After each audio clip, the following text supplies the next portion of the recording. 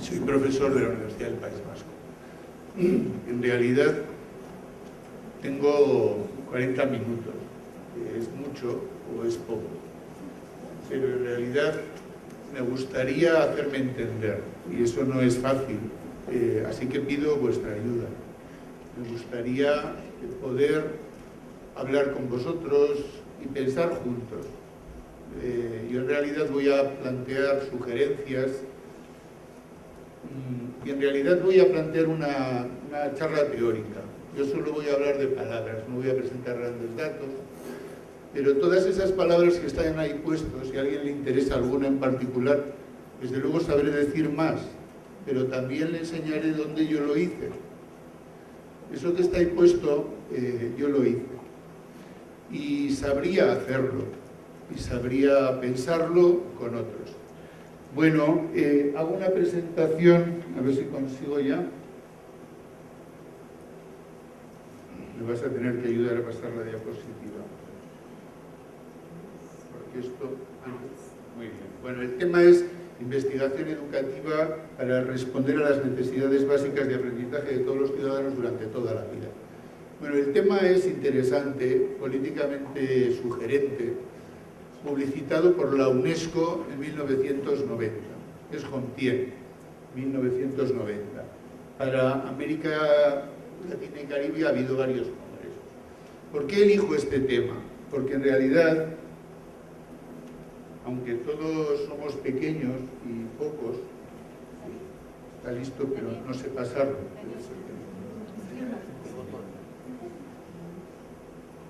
Ahora, bueno, supongo que será ahora. Perfecto. Muy bien, sí. Bueno, estaba entrando por otro lado y entraba por el título. Elegí ese título porque me parece que es algo proclamado internacionalmente, algo que tiene dificultades de implementación en países latinoamericanos y en otros, y algo que es interesante, que me permite a mí, que he trabajado desde los años 70 con personas con discapacidad, he hecho como dos momentos en mi vida. Un primer momento, en mi vida laboral al menos. Del 70 al 82 yo he trabajado con personas con discapacidad intelectual en mi país.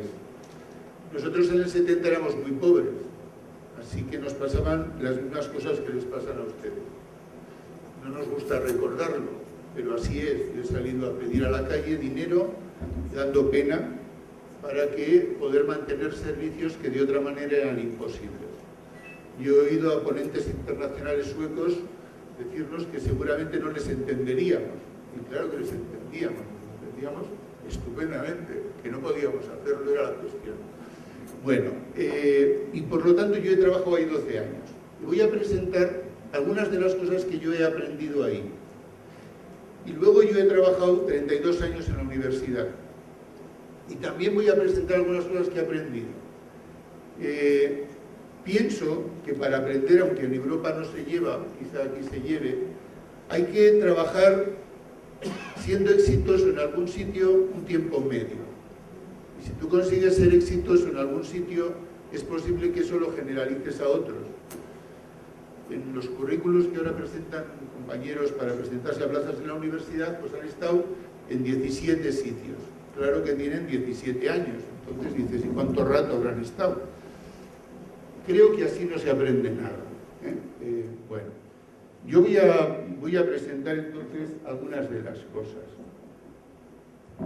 Bueno, hay un primer apartado que es lo que yo sé, presupuestos epistemológicos. Pero yo he dirigido algunas tesis de Colombia y a mí me parece que la articulación teórica es costosa y por eso yo voy a hacer una presentación teórica, aunque podría alargarme con documentos prácticos. Algunos de mis compromisos. Hay alguien que dijo que toda teoría tiene un interés implícito, así que yo lo sitúo explícitamente, eso es más democrático. Las oportunidades. Para hacer historia hay que aprovechar oportunidades, y ahí señalaré algunas. El problema y su tematización lo voy a tratar de ordenar en torno al núcleo temático de necesidades básicas de aprendizaje. Elaboración del problema, y voy a presentar algunas posibles elaboraciones. Discusión, creación, ajuste de teorías que digan bien y abran espacios de acción. Hay millones de teorías, incluso algunas tienen que ver, se asemejan, se acercan a la realidad. Pero no todas, incluso las que se acercan a la realidad, son igualmente útiles, hay muchas muy inútiles. Si yo digo a una teoría de este espacio diciendo que es un semicírculo, acierto, pero para dar conferencias eso vale poco. Tengo que decir más, tengo que hacer otra teoría. Las propuestas de acción y los grupos que la harán operativa. Presentaba así una secuencia de algo que me parece que ustedes trabajan aquí y que a mí me gustaba también hacerlo. Y luego dialogamos. Y, bueno, se puede parar lo que yo digo, quiero decir que si alguien... podemos hablar. Bueno, lo que yo sé, presupuestos. Bueno, voy a ir muy rápido. Las personas vivimos en grupos. Y ese es algo muy importante, porque ahora hay muchas psicologías que piensan que las personas nos auto todo. Y yo pienso que no. Yo pienso que las personas somos personas porque vivimos en grupos. Los grupos humanos, que tienen vida y palabra, construimos la realidad en la que vivimos. O sea, la realidad no es un dato externo a nosotros, es algo que nosotros construimos con hechos y palabras, con las dos cosas. Hay unos autores que lo explican largamente. En la bibliografía que presentaré en el texto pues se puede indexar y entonces pues se puede bajar el libro. En internet hay un montón de libros, yo tengo un montón de libros, leídos también. Sin embargo, elijo algunos, igual que elijo una parte del discurso. El lenguaje opera construyendo la capacidad simbólica, desdoblando un segundo sistema de señales. Y eso es muy importante a propósito del lenguaje, porque en el lenguaje yo me puedo trascender, en el lenguaje yo puedo construir utopías. Puedo construir utopías. Esa realidad construida es vivida socialmente como un dato, no es suspendida ni puesta en juicio. En general, la población, todos nosotros, que somos unos bien pensantes, damos por hecho, pues en realidad a estas alturas de la película, lo que nos publicitan, lo que los medios nos publicitan, las agendas culturales que aparecen sistemáticamente en los medios. Claro, a mí me parece que gente como nosotros, que trabajamos en la universidad, deberíamos tener una distancia crítica mayor. Creo que eso se hace en el lenguaje. Es muy importante saber que actuamos como comprendemos. En realidad también, mejor dicho, actuamos no como sabemos, no como queremos, y solo como podemos. La palabra poder es, en mi opinión, importantísima en la acción humana, también educativa. Actuamos como podemos, enseñar a que la gente pueda. Eso se llama empoderar. Enseñar que el único listo aquí no soy yo y todos ustedes son idiotas, sino todo lo contrario, que yo soy tan tonto como cualquiera y que ustedes salen más listos cuando se van de aquí, porque si no, esto no tiene salida. Se actúa como se comprende en todo caso. Mi visión de la realidad hace planos de acción. Si yo quiero saludarles a ellos y voy por aquí, porque no veo atril, pues no lo consigo. Solo podré hacer esto si veo atril. Si no, no se me ocurrirá. Si yo no veo esto, yo no puedo hacer este giro. Haré una teoría que diga hay unos enanos que tiran de mí. Haré una teoría que diga cuando me miran muchos, haré 1000 teorías, perfectamente inútiles para esta acción. Por lo tanto, comprender el mundo, verlo, es muy importante. Todas las teorías nos hacen ver realidades diversas en las que actuar. Es un autor fundamental. Hace un libro fundamental, Teoría de las Revoluciones Científicas, que es el que cito esta frase que vamos a pensar ahora, pero tiene más. Él hizo la tesis sobre continuidad o discontinuidad en la ciencia, sobre Galileo Galilei. Y él se dio cuenta que una cuerda y una piedra no eran igual que un péndulo. aunque se parecían, que para ver un péndulo hace falta ver otra cosa. Bueno, él dice, cuando cambian los paradigmas son los marcos comprensivos comunes de una comunidad científica, el mundo mismo cambia con ellos. Ven cosas nuevas y diferentes. Después de una revolución, los científicos responden a un mundo diferente. En realidad, si actuamos como percibimos y la ciencia es un instrumento cultural de comprensión, cambiar nuestra comprensión es permitir nuevos campos de acción. Eso es muy importante, porque a veces estamos atorados con imposibilidades de modificar la realidad y desde luego, quizá pudieran ocurrírsenos soluciones plausibles en el lenguaje, al menos en el lenguaje. Aunque un mundo no cambia con un cambio de paradigma, bueno, solo después de cierto número, bueno, esto habla de cómo se forma un investigador, porque él dice, bueno, solo después de cierto número de transformaciones de la visión, el estudiante se convierte en habitante en el mundo de los científicos, ve lo que ven los científicos y responde de la misma forma que ellos. En realidad se trata de una socialización en un contexto de acción y de palabra, solo de eso. Pero eso hay que hacerlo.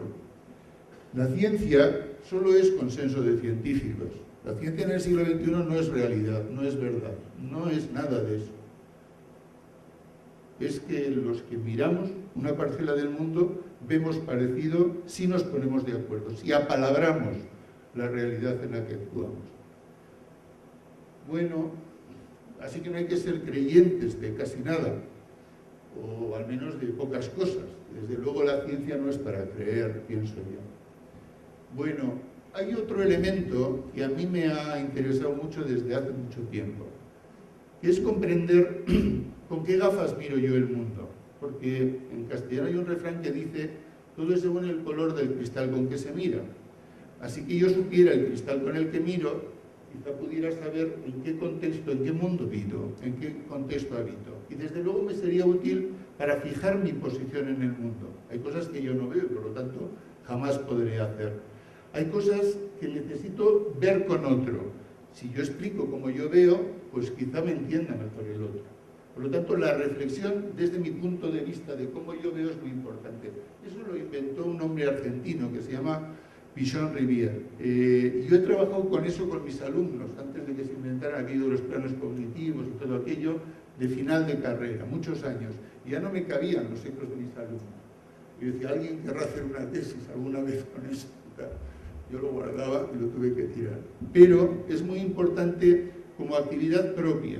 Yo tengo maneras de hacer eso desde la práctica.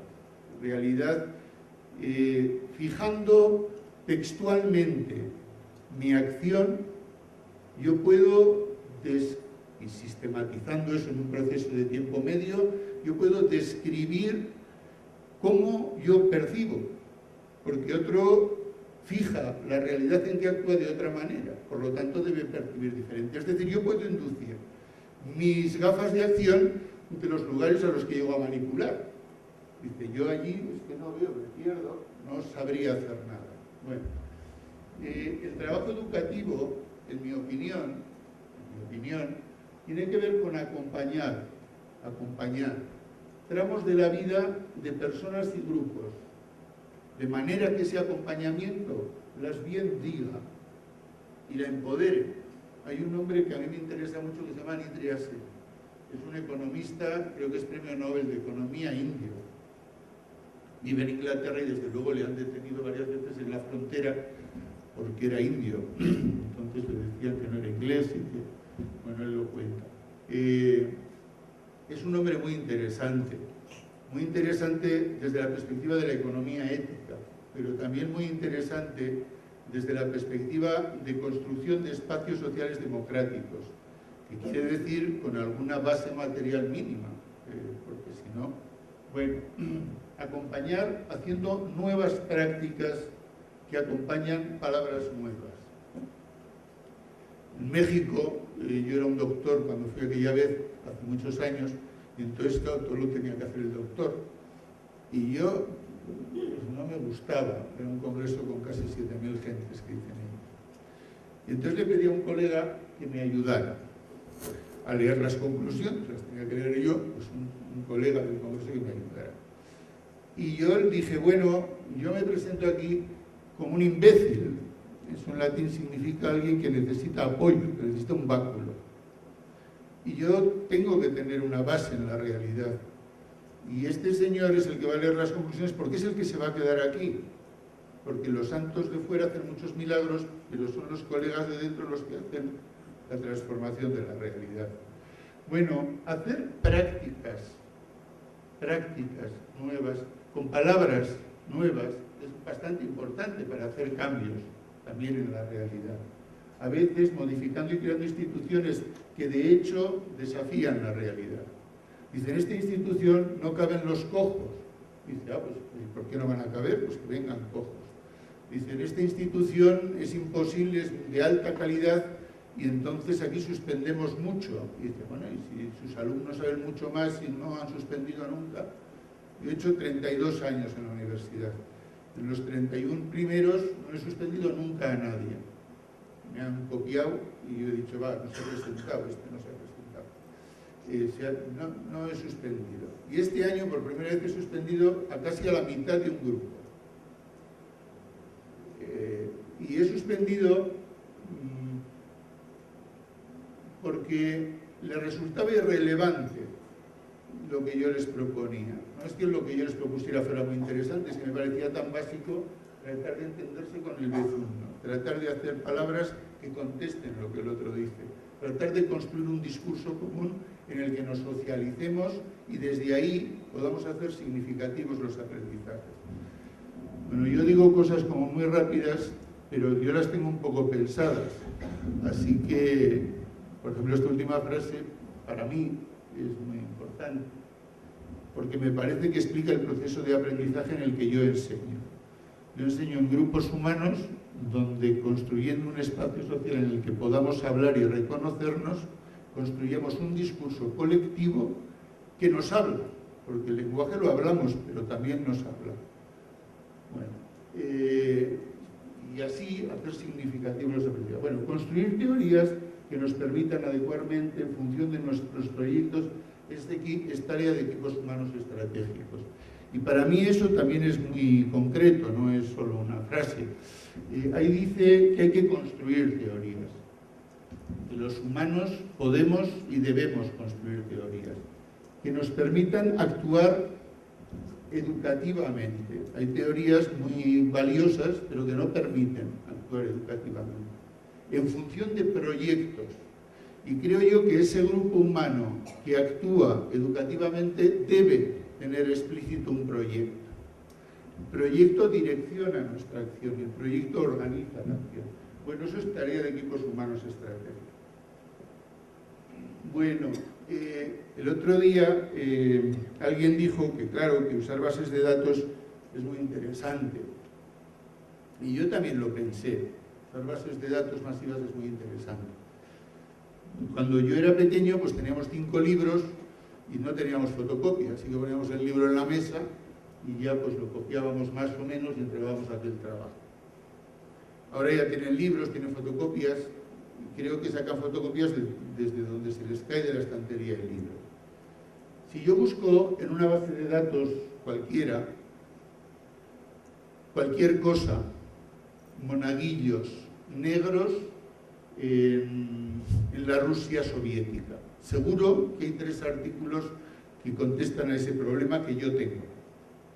Seguro que encuentro 3.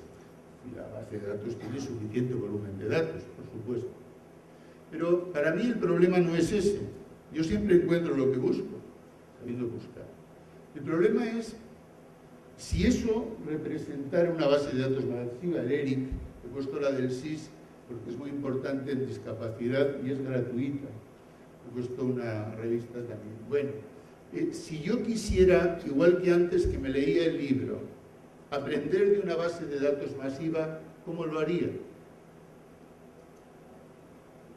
Y yo de pequeño, en el 94, hice un trabajo revisando 64.000 fichas en un periodo de no sé cuánto tiempo. Y algunos de los métodos que he utilizado son de análisis de contenido, de descriptores, de mapas cognitivos, de autores más publicados y referenciados, de series anuales. ¿Cómo va cambiando un concepto? ¿Cómo va cambiando un concepto a lo largo del tiempo? En frecuencias. Es fácil esto. Bueno, este trabajo a mí me sirvió para predecir algunas cosas en mi tesis, en el 90. Luego lo generalicé en el 94 para mucho. Bueno, que hay posibilidades de trabajar con una base de datos como si fuera un libro, no para encontrar monaguillos en la Rusia soviética, bueno, seguro que hubo dos.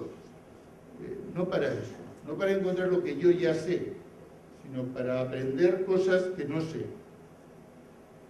Bueno, algunos de mis compromisos. Bueno, yo trabajo en formación de profesionales, gente que sabe y puede hacer su profesión, tratando de hacer empoderamientos. O sea, yo creo que a la gente hay que dejarle más fuerte de lo que vino.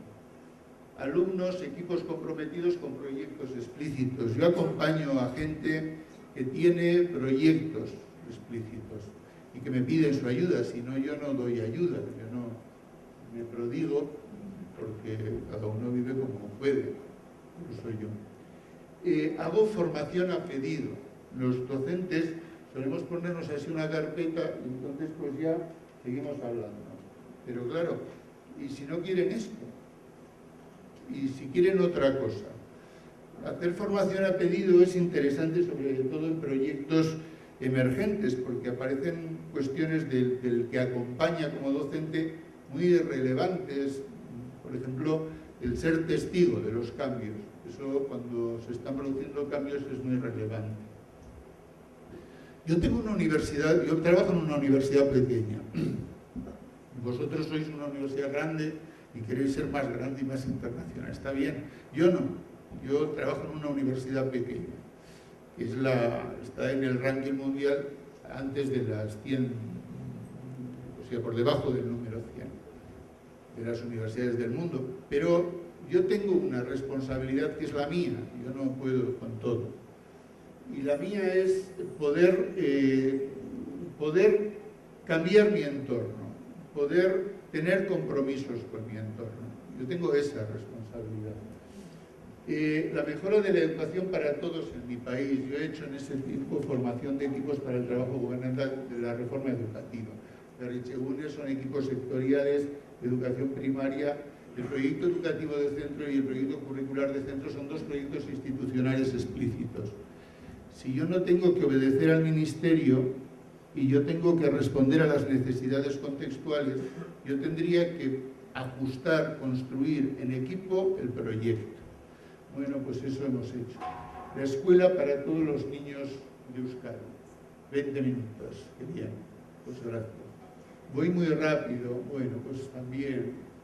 Pues todo eso muy bien. Bueno, vamos con el tema necesidades básicas de aprendizaje. Se me ha olvidado contar historietas, pero os voy a contar solo una. Cuando era más pequeño que ahora, cuando tenía 15 años o 16, entonces no nos pedían títulos. Supongo que aquí todavía pasa eso. Podíamos hacer millones de cosas. Yo con 15 años hacía millones de cosas.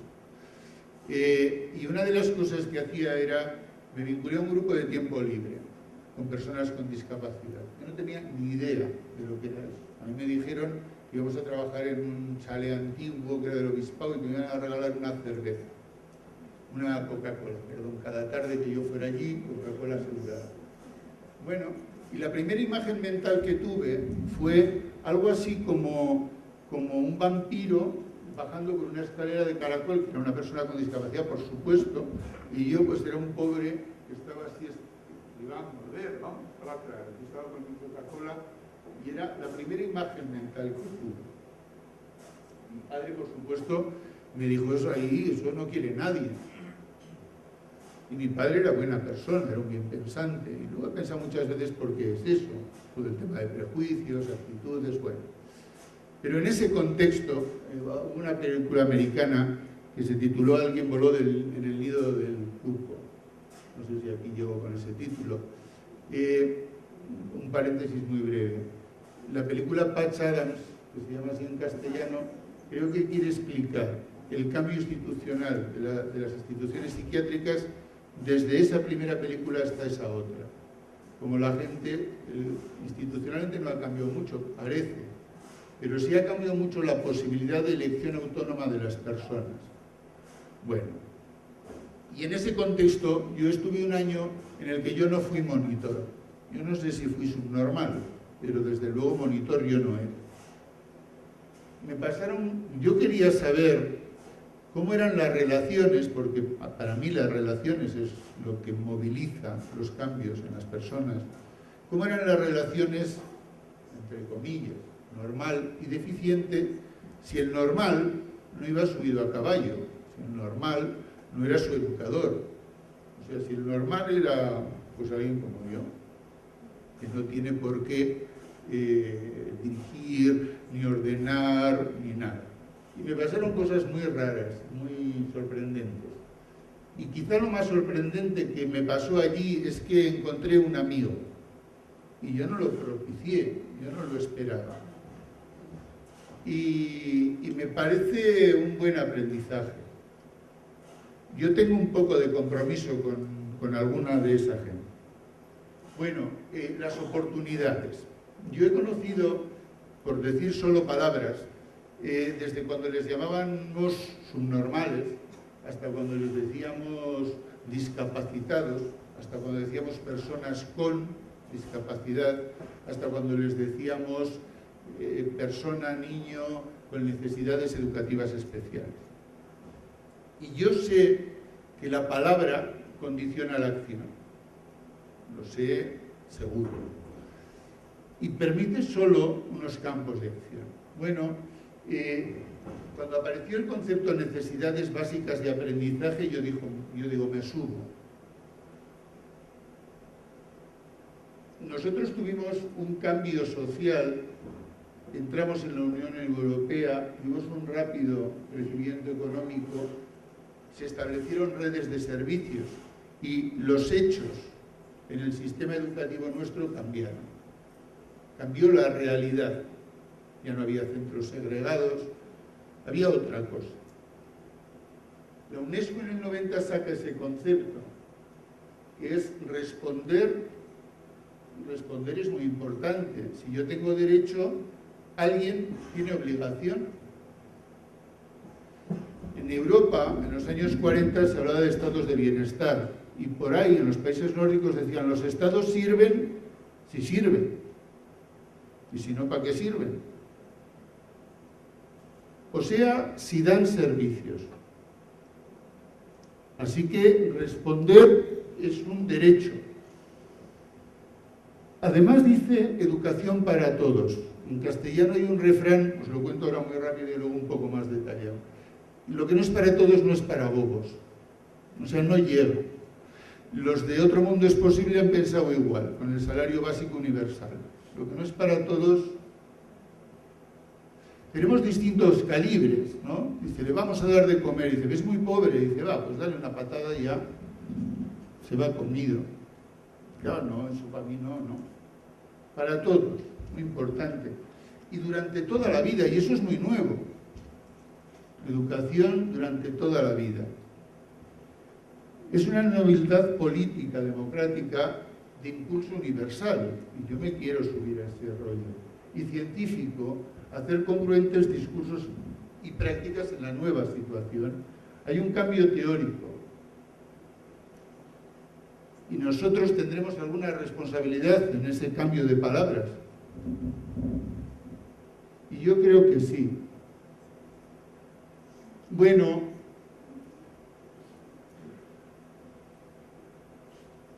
hay un elemento que es muy importante que voy a explicar. El concepto de necesidad. Por contaros, esta historia la he puesto desde el último peldaño hacia atrás, pero en realidad pues podría decirse también hacia adelante. Pero el paso de una etiqueta humana que no permite que ustedes me vean a mí, que es de un problema, a comprender la respuesta a mis necesidades es un cambio comprensivo sustantivo. Una necesidad humana emerge de una interacción de un individuo en un medio. En medio está la necesidad. Con un ejemplo o con tres. Yo no tengo necesidad de micrófono. Es más, generalmente no uso micrófono. Generalmente yo hablo así y a veces me escucho. Pero yo aquí, en este medio, tengo necesidad de micrófono. Los niños son inquietos. Dice, pero ¿qué les han puesto en el asiento si los tienen lleno de chinchetas? Claro, son inquietos. Ustedes no se cansan tanto porque han previsto la necesidad de sillas. Han hecho sillas para todos. A mí no me han medido el culo al entrar. Podían haberme pedido un expediente, las medidas perfectas. Lo han hecho para todos. No es necesario eso en la provisión de servicios. El concepto de necesidad es un concepto dialéctico. Necesidades básicas de aprendizaje son necesidades que responden a contextos de vida. Esas son las básicas, las que me permiten a mí vivir adecuadamente en un contexto de vida. Tenéis mucha literatura sobre este tema diciendo no, pero la gente dice educación básica. Bueno, pues es que nosotros no debemos decirlo bien, porque si nosotros lo dijéramos bien es claro el asunto. Bueno, tenéis un texto muy interesante de Doyal, Teoría de las Necesidades Humanas, pues es muy interesante. Necesidades humanas para todos toda la vida. Y aparece otro tema que a mí me parece muy relevante, que es el tema de las necesidades y la formación de competencias. Claro, si yo cuando veo competencias, veo la cabeza del individuo, quizás sea incapaz de formarlas. Porque una competencia es un saber hacer situacional. Así que si no tengo situación y no tengo hacer, y por lo tanto no tengo ensayo de saber, pues no tengo formación en competencias. Y para poder hacer formación en competencias, si pudiéramos enseñar a hacer eso, se parecería mucho a lo que tendría que saber alguien que quisiera responder a necesidades educativas especiales. Bueno, está poco dicho. En 1990 nosotros tenemos la primera ley de educación obligatoria, pública y gratuita y universal. Es fundamental que los estados democráticos tengamos leyes de educación pública, obligatoria, gratuita y universal. Nosotros la tenemos en 1990. Europa, la patria. En Dinamarca, un país tan atrasado como Dinamarca, la tuvo en 1901. E incluyó en las escuelas de todos a todos sus ciudadanos, porque todos tenían derecho. No se ha hundido el sistema, no ha naufragado el país, en fin, nada, todo bien. 1978, el informe de Mary Warnock. No está en castellano, lamentablemente, vosotros tenéis un enlace, lo podéis bajar en PDF. Es en educación la primera vez que se pasó de hablar en conceptos individuales a hablar en conceptos de respuesta a necesidades. Y bueno, he recogido solo 4 cosas. Nosotros tenemos también antes una ley en el 90, no me entretengo. Pero claro, antes del 78 hay una larga historia. Y yo de pequeño tuve tiempo y ganas de hacer durante 10 años mi tesis doctoral. Se trataba de hacer una historia de la evolución del concepto de retraso mental. Una historia larga en lo que se llamaba entonces, y estaba de moda, historia de las mentalidades. Yo tenía una tesis. Y mi tesis era que el retraso mental no era un dato biológico, sino que era un problema cultural. Así que en qué momento la cultura tiene parámetros suficientes para comprender el retraso mental que no se ve. Se podría atribuir a lo que queramos, pero bueno. Entonces me entretuve leyendo muchísimas cosas, porque hice una historia larga del derecho, hice una historia larga de la medicina, hice una historia larga de... Os voy a señalar solo 2 cosas. y creo que son relevantes para lo que estamos hablando. En la historia ha habido muchos rostros segregados, muchísimos. Los leprosos, cuando eran leprosos, tenían vitíligo, todos, las mujeres, los pecadores, en función de un montón de criterios que tienen que ver con el reverso de lo humano en cada categoría cultural, en cada momento histórico. Así que si en Esparta lo humano era ir con una lanza, el reverso es pues, faltarle un brazo y 2 piernas. Ese no es humano. Si en Grecia era la verdad, la belleza y la bondad, lo que era ser un humano, pues en Grecia era más difícil excluir, pero tenían criterios objetivos. Platón en la República dice, los más bellos únanse con las más bellas las más veces posible y consérvense sus hijos. Y los menos bellos con las menos bellas las menos veces posible. Y escóndanse o... Bueno, eso está en la República, que no es un libro menor. Bueno, pero no os cuento esas historias. Pero la mujer también ha sido el reverso. Da igual, en el Renacimiento italiano, el hombre varón era el hombre y la mujer era su reverso. Bueno, si vosotros leéis a Castiglione dice de la mujer lo mismo que en el siglo XIX se ha dicho de los discapacitados. No hay que enseñarles, total no aprenden, ¿para qué? Si da igual. Porque en todos esos reversos se dan los mismos argumentos. Pero lo más interesante no es eso, sino el mecanismo en el que producimos otros, que luego nunca llegan a ser de los nuestros. Me explica un poco, y yo lo tengo constatado, este hombre que se llama Perron. Es un francés. Y dice, hay un momento de extrañeza. Pero hay un momento segundo que es separación. Y hay muchas maneras de separar. Por ejemplo, pues mandándoles fuera, con una campana, los epilépticos, o mandándoles fuera y echándoles al mar en la nave de los locos durante el Renacimiento. O poniendo una muralla. Hay muchas maneras de separar. Nosotros ahora separamos a la gente también en el lenguaje. Os recomiendo leer ese texto, si alguien está interesado en cómo se construyen instituciones totales y cómo se hace el lenguaje en relación a los otros. Es un texto magnífico, como otros, pero también muy interesante para este asunto. De manera que se puede a la gente separar en el lenguaje. Si yo digo, sí, muy bien, eso que usted dice es fenómeno, pero nunca se verifica lo que yo digo. Bueno, tercero, se crea una teoría que justifica la separación. Dice, para ellos, dice lo mejor, es lo mejor para ellos. Sí, todos los centros de especial, pues en el monte, ¿no? Pues que vivan por allí. Los leprosos, dice, sí, en Fontilles, en una nave. Gente con SIDA inicialmente el mismo criterio, es lo mejor para ellos.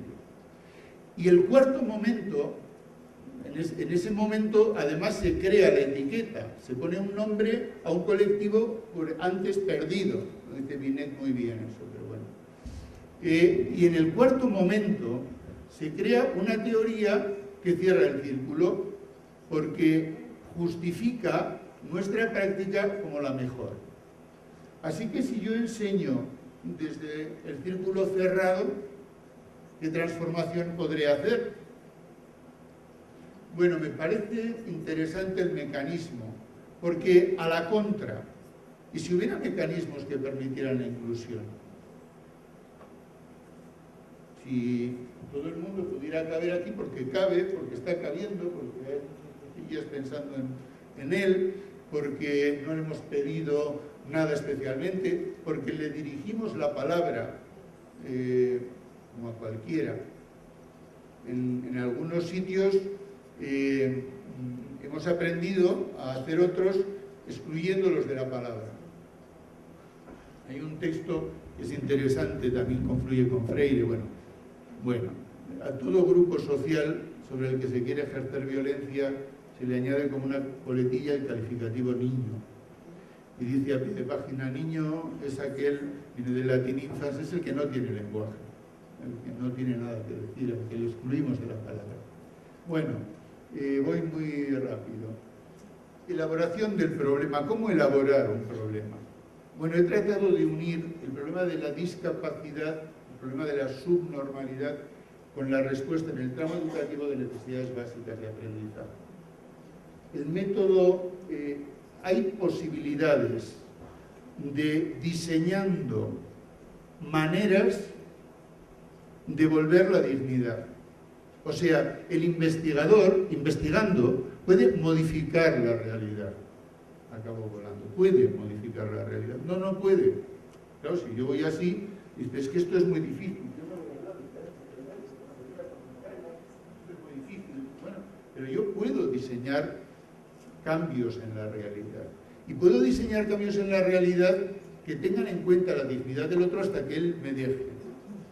Dice, ¿ustedes quieren sentarse por aquí alguno? Pues estaría bien, ¿por qué no? O sea, yo estoy encantado de poder, ¿me voy a quedar yo en esa mesa ahora o qué?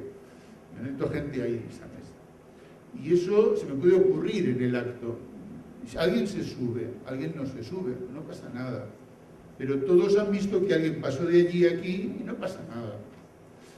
Diseñar cambios en la realidad. A mí me han pedido estudios de investigación pagados para que yo diga que desde luego los inmigrantes latinos, los jóvenes inmigrantes latinos en Vitoria tienen muchos mayores problemas que otros en relación a la convergencia de los proyectos de vida con su familia.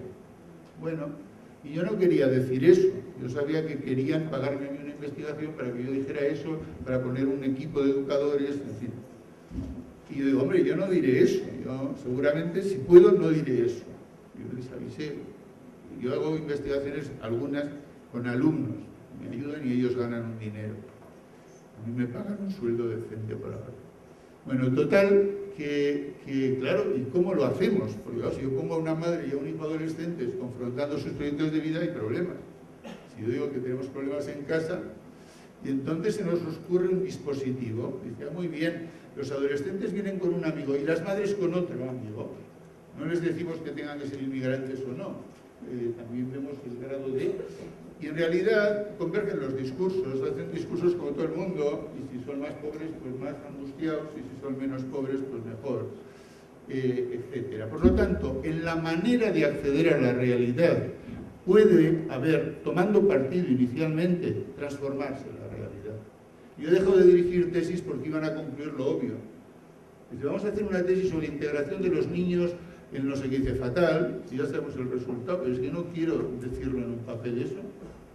Quiero todavía seguir poniendo medios para que eso se cubra. Por cierto, en algunas comunidades se han hecho muchísimas investigaciones sobre integración y siguen siendo muy segregadoras. Nosotros creo que no hemos hecho ninguna investigación sobre integración en nuestra comunidad. Es más, durante un tiempo dejamos hablar de hablar de necesidades educativas especiales. Bueno, quiero decir que en el dispositivo de la manera de acceder a la realidad puede haber transformación. En la elaboración de resultados, por supuesto, también. Construir teorías que se puedan hacer. Esos son unidades de análisis, por seguir una terminología de Vygotsky. No se puede separar el lenguaje del contexto de acción, porque si no, no entendemos el lenguaje. Pues no se puede separar la teoría del contexto de acción, al menos la teoría educativa, para mí más valiosa. Bueno, eso sería para mí un guión. Bueno, los ejes de la investigación, la creación de equipos, educación para todos, derechos, personas, cambios institucionales. Hay que presentar modelos en los que se ve que es posible. Es posible que las mujeres fuméis, porque eso se discutió mucho. ¿Será posible, no será posible que crean los fetos? Claro, cuando todo el mundo fuma, eso no es ningún problema. Bueno, acabo en el acto. Bueno, respondiendo a que hay que crear dispositivos que permitan dar respuesta a necesidades humanas durante mucho tiempo y no lo sabemos. Acompañar vidas humanas que se empoderen y mejoren su calidad de vida, y es difícil decirlo. Pero quizá por ahí es por donde yo veo más posibilidades de acción. Quiero acabar mi tiempo. Pues muchas gracias por escuchar.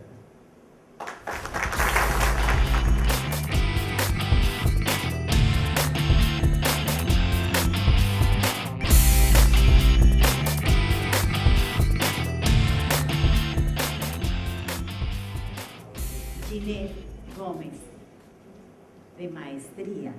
Pregunta: la Universidad Libre se ha distinguido por el concepto de inclusión interpretado como permitir el ingreso a discapacitados a estudiar cualquiera de las carreras ofrecidas, pero no se han hecho cambios administrativos, no se ha capacitado a los docentes. ¿Cómo y qué debe hacer la universidad para facilitar que sus docentes y el trabajo con personas, para que se pueda realizar el trabajo también con personas discapacitadas? Bueno, muy rápidamente. Por allí tenemos bastante literatura sobre eso, de manera que hay libros que hablan de eso. En mi opinión, construir espacios inclusivos es construir espacios sociales inclusivos. No solo rampas, sino espacios donde yo tenga el mismo estatus en la palabra que tú. Eso es un espacio inclusivo. Y eso no se consigue si no hay construcción de grupos humanos. En mi universidad van, y yo hice un informe de cómo podrían ir, es más, en el servicio de discapacitados, pues bueno,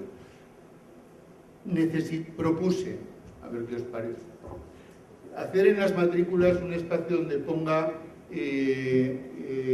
tengo necesidades educativas especiales, soy ciego, necesito traducción al braille, pero sobre todo otros espacios donde pongan yo podría acompañar a un colega y que me tuvieran un descenso en la matrícula. Así que si un profesor de Derecho, que son los mejores, y que, bueno, pues ya está, dicen, pero tú, pobre tonto, en una silla de ruedas, ¿tú crees que vas a saber hacer Derecho? Y lo dicen, y en mi universidad y en otras, a un cátedro es difícil de pararle. Necesita un grupo social que conteste eso, que haga un murmullo, que se levante y se vaya, que haga que eso no vuelva a pasar. Hay muchas cosas que se aprenden en vena y solo en vena, o sea que una es esa, o sea, así no se hace.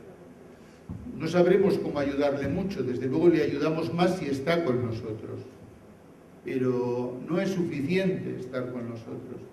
Es necesario hacer espacios sociales de pertenencia. Yo en un curso de verano hablando de ciudadanía y pensando desde Habermas, decía que en educación debíamos saber hacer espacios, grupos humanos de pertenencia saturados de interés comunicativo. Habermas habla de la comunicación interpersonal y de la comunicación que hace que el otro obedezca, o sea, le convierte en esclavo. El interés práctico convierte en esclavo a la gente, el interés comunicativo hace que el otro pueda vivir, ¿no? Bueno, me enrollo. Pues así, por ejemplo, podría ser. Muchísimas gracias. Pregunta Darío Cárdenas, de la Universidad Cooperativa de Colombia Villavicencio.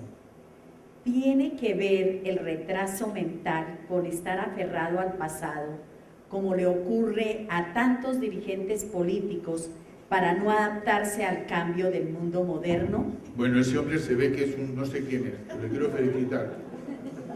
Él, pues muy bien. Usted ha incluido en su discurso algo que es sustantivo a inteligencia tal como la definió Binet. Binet, en 1905, define inteligencia como los procesos de adaptación adecuada a los medios. O sea, una acción inteligente es una acción adecuada. Eso es una acción inteligente. Y usted dice, hombre, esto de los políticos y de otros, ¿no será que nos hemos quedado un poco trasnochados? Porque desde luego no damos una indiana. Y dice, pues es verdad. Yo creo que sí, que según dijo Binet, pues sí. Si ese es el rasero. Muchas gracias. Pregunta Arnulfo Telles, a propósito de las interacciones con otros, ¿qué opinión tiene sobre el espacio europeo de educación superior y el espacio europeo de investigación? Bueno, tengo una opinión no madurada, pero muy sobrevivida. Bueno, nosotros hemos hecho unos cambios de planes de estudios que han supuesto, como toda acción social con interés, que algunas carreras ganen y otras pierdan. Nosotros hemos perdido.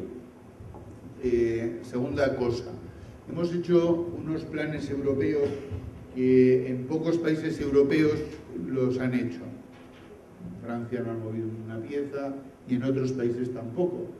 Por lo tanto, el espacio común europeo, bueno, pues es una cosa que se dijo, que algunos países hemos hecho. Yo creo que en España se ha hecho bastante masivamente, aunque claro, siempre sobrevolando la cosa, ¿no? Yo coordino un título, soy responsable de un título, el título de Educación Social. En nuestro título hemos hecho algunos cambios estructurales, además de cambiar los créditos CTS, los prácticos, hemos querido que los profesores que actuamos con el mismo grupo de alumnos en el mismo periodo de tiempo tuviéramos necesidad de coordinarnos. Y eso lo hemos hecho. Claro, eso, cuanto más te coordinas, como no lo valoran, pues ya está. Pues se coordina la gente más, no sé qué. Yo creo que los cambios se empiezan a hacer de donde se empiezan a hacer, de donde se pueden hacer. O sea, que no soy yo, o sea, no creo que haya que hacer un cambio al 100%. Vamos, si hay 40 que nos mantenemos más rato, pues así será, ¿no? Bueno, no tengo muy buen criterio hecho sobre ese punto. Como en esa misma línea, ¿cuál es el papel del eufemismo y la autocensura en los reportes finales de investigación educativa? Pregunta Víctor Delgado. Bueno, yo creo que depende del talante de las personas. Yo soy un poco iconoclasta y no me he ido mal. Así sigo. En fin, si a alguien le interesa, yo se lo recomiendo, es posible. No sé, yo creo que la gente somos como podemos ser, y si a él le parece que se corta y le parece que no debería cortarse, pues hombre, con precaución, pero no deberíamos cortarnos, ¿no? Porque total, para decir lo que todo el mundo sabe, pues no hace falta decir nada. Bueno, pienso yo eso. Claro que nos lo pagan, claro que ya entiendo más cosas, pero yo creo que los profesores universitarios tenemos que tirar tiro en el horizonte. O sea, claro, para sacar una bala y tirarla aquí, pues es que eso es una tontería. Hacer horizontes también tirando tiros, o sea, hacer teorías que frisen lo posible, construir desde la realidad, pero en el horizonte, ¿no? O sea, dice, no, esto, en general, a la gente le gusta que le cuenten lo que ya sabe. Cuando alguien va a una charla que le cuentan lo que sabe, dice, jo, pues eso está muy bien, ¿no? Pero yo creo que no es esa la tarea de los profesores universitarios, que nos pagan, antes nos llamaban intelectuales, y ahora parece que no queremos serlo. No sé, yo pienso eso. Uno de estas dos, de Diego Pinzón y de Francisco Pinzón, preguntan: ¿cuáles podrían ser algunos dispositivos para dar respuesta a necesidades humanas en el contexto colombiano? Bueno, yo cuando hablo de esto aquí, en América, me cuesta mucho, porque no sé lo que decir. Porque no quiero ser aquel sueco que me decía a mí que no le entendía nada, yo lo entendía de maravilla, ¿cómo lo voy a entender? Que no lo podía hacer, es lo que él no entendía. Yo creo que se hace mal la historia cuando se copian, sin contexto, dispositivos de otros sitios. Y eso es una cosa terrible que hacemos muy a menudo. Por ejemplo, toda la ayuda al desarrollo en África ha sido quitar, devastar toda la cura tradicional y poner quirófanos. Claro, en cuanto se han ido los que ayudan, han devastado la cura tradicional y ya no funcionan los quirófanos. Bueno, en otros dispositivos que ponemos es igual. O sea, ocurre exactamente el mismo asunto. En mi país ahora están de moda hacer proyectos de vida, para adecuar los programas. Pero claro, eso funciona mejor en América, porque dan respuestas a muchas instituciones, ¿no? Muchas gracias.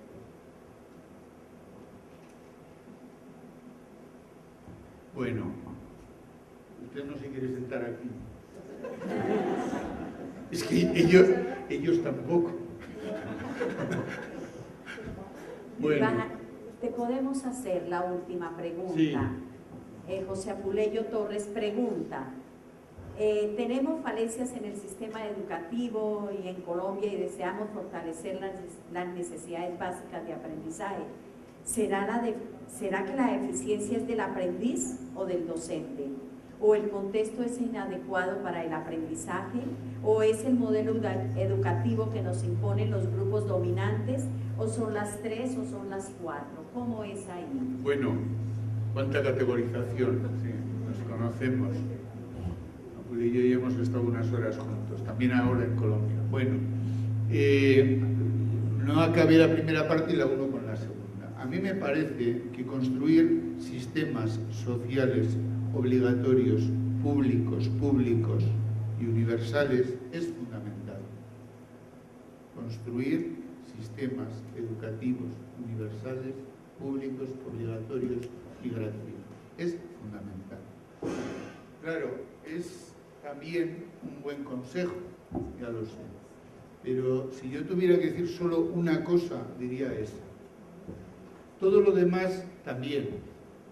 Hay que hacer sistemas educativos públicos, gratuitos y universales más flexibles.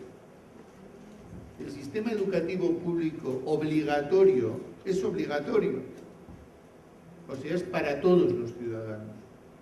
Y el sistema público obligatorio es para no tener que poner a la salida, cuando el chaval tiene 16 años, a la puerta una ambulancia.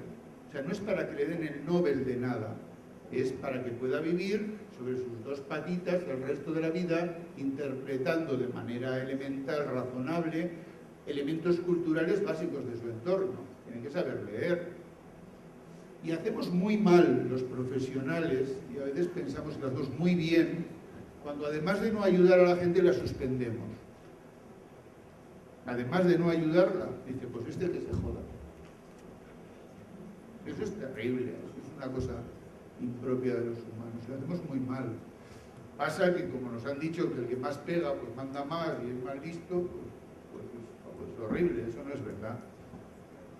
Por lo tanto, creo que hay que hacer sistemas más flexibles. Si tú vas a comer y pides un primer plato, dices que te traigan la cuenta, nadie te dice, usted no ha comido, yo no le traigo la cuenta, pues entonces usted no come, porque usted no come. Y dice, bueno, yo no he comido lo que he querido comer. Si como 2 postres y digo que he comido, a nadie se le ocurre, no ha comido, le voy a suspender en comida. El sistema educativo es el primer soporte que da suelo a la vida humana. A nuestras edades, a la mía por lo menos, a veces no es que tropieces, es que te falta el suelo. Bueno, pues cuando le hacemos a un chaval suspender en el sistema obligatorio, le quitamos el suelo, le quitamos la posibilidad de ser ciudadano. Y eso es gravísimo. Pasa, que lo hemos hecho así, que las inercias son, que, bueno. Se puede cambiar, por lo tanto, la posición de los educadores. Se debe adecuar los currículums a los contextos de vida. Hay un informe de esa misma mujer, de Mary Wharton, en 1986, que analiza los sistemas educativos europeos. Dice, los sistemas educativos europeos fracasan porque son muy buenos. Hombre, es una conclusión paradójica, y que sí, son tan buenos que solo dicen palabras. Si a la gente le ayudaran a hacer, junto con decir, la gente aprendería mucho más, harían mucho más accesible el aprendizaje. Por lo tanto, modificar los currículos. Trabajar en equipo, en grupo humano, eso que hacéis en la Universidad de Nicea, bueno, eso igual con menos elaboración también puede ser. Grupos humanos donde yo aprendo de lo que otro dice y el otro aprende porque ordena su pensamiento para decírmelo a mí. Y eso se ha mostrado que para responder a gente que tiene necesidades especiales es el método más adecuado. Y eso también sirve para responder a gente talentosa. Yo, si no me dieran la oportunidad de hablar con vosotros, yo no estaría diciendo estas cosas. porque me han puesto en este grupo y han dicho, tú sabes mucho, chico, pues ahora, tú a por ello. Si me hubieran dicho a ti, pues tú hubieras desarrollado tu talento. Construir espacios de pertenencia en los que la gente pueda ayudarse. En realidad, hay un autor que se llama Vygotsky que dice las operaciones psíquicas superiores se aprenden en el proceso de desarrollo 2 veces. Uno como función interpersonal, o sea, como proceso grupal, y otro como interiorización de ese proceso grupal. Desde el lenguaje, que es seguramente lo más difícil que aprendemos todos los humanos, hasta todo lo demás. O sea, pasar de no tener lenguaje a tener lenguaje, bueno, ya saber multiplicar o raíces cúbicas es lo de menos, ¿no? Bueno, yo creo que hay que cambiar muchas cosas, que hay que adecuar a las circunstancias. Se dan materias que son perfectamente idiotas, ¿no? O sea, perfectamente dicen que construyen la mente. Claro, todo construye la mente. Bueno, yo pienso eso. Muchas gracias por estar aquí. Universidad Cooperativa de Colombia, una universidad, todo un país.